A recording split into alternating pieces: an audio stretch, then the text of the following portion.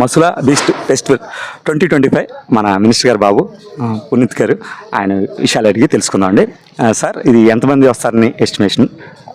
అందరికీ నమస్కారం. ఈరోజు ఇక్కడ బీచ్ ఫెస్టివల్ జరగబోతుంది. 6, 7, 8 తారీఖుల్లో జూన్లో జరుగుతుంది.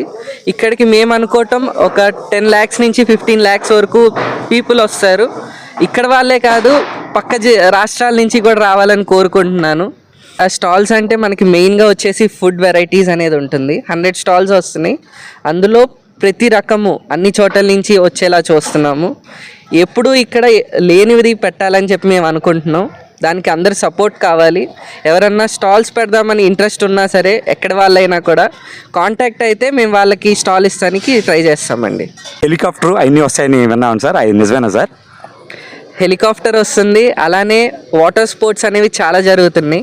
పారాగ్లైడింగ్, జీప్ గ్లైడింగ్, నెక్స్ట్ ఇంకా బోటింగ్, స్కై డైవింగ్ పెట్టాలని చూస్తున్నాము. దానికి పర్మిషన్స్ వచ్చిందంటే ఖచ్చితంగా అది కూడా ఉంటుంది. అది ఒక అట్రాక్షన్లా ఉంటుంది.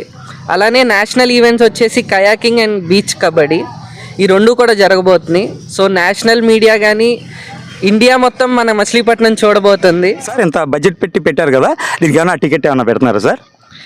దీనికైతే టికెట్ అంటూ ఏది లేదండి. ఇది ఖచ్చితంగా ఫ్రీగా ఉంటుంది అందరికీ కూడా. ఇక్కడ జరిగే ప్రోగ్రామ్స్ కానీ ఇక్కడికి రావడానికి కానీ ఎటువంటి ఛార్జెస్ ఉండవు. ఫ్రీగా వచ్చి చూడొచ్చు. కాకపోతే ఏవైతే యాక్టివిటీస్ ఉన్నాయో, బీచ్ స్పోర్ట్స్ కానీ లేదంటే అమ్యూజ్మెంట్వి కానీ, వాటికి మాత్రం పేమెంట్ ఉంటుంది.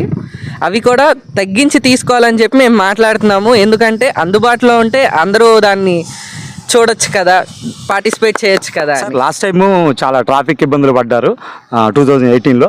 ఈసారి ఎలాంటి జాగ్రత్తలు తీసుకున్నారు సార్? లాస్ట్ టైం ఎలా అయితే ఇబ్బంది పడ్డారో అలా ఈసారి అవ్వకూడదని చెప్పి ఇక్కడ కూడా సింగిల్ లైన్ ఉండేది.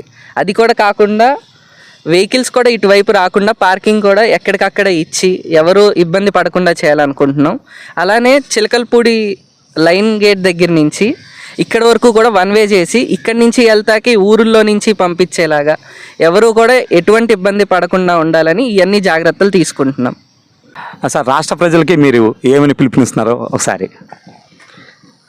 ఈ బీచ్ ఫెస్టివల్, మసూలా బీచ్ ఫెస్టివల్కి ప్రతి ఒక్కరు మచిలీపట్నం అనే కాకుండా చుట్టుపక్కల ఊర్లు అలానే రాష్ట్రంలోని వాళ్ళందరూ రావాలి. ఇక్కడ వచ్చి ఎలా జరుగుతుందని చూసి వాళ్ళు మాట్లాడుకుంటే మా మచిలీపట్నం ఉంది అని చెప్పి అందరికీ తెలుస్తుంది. దానివల్ల ఇక్కడ జాబ్స్ కానీ ఏదైనా కూడా పెరుగుతుంది.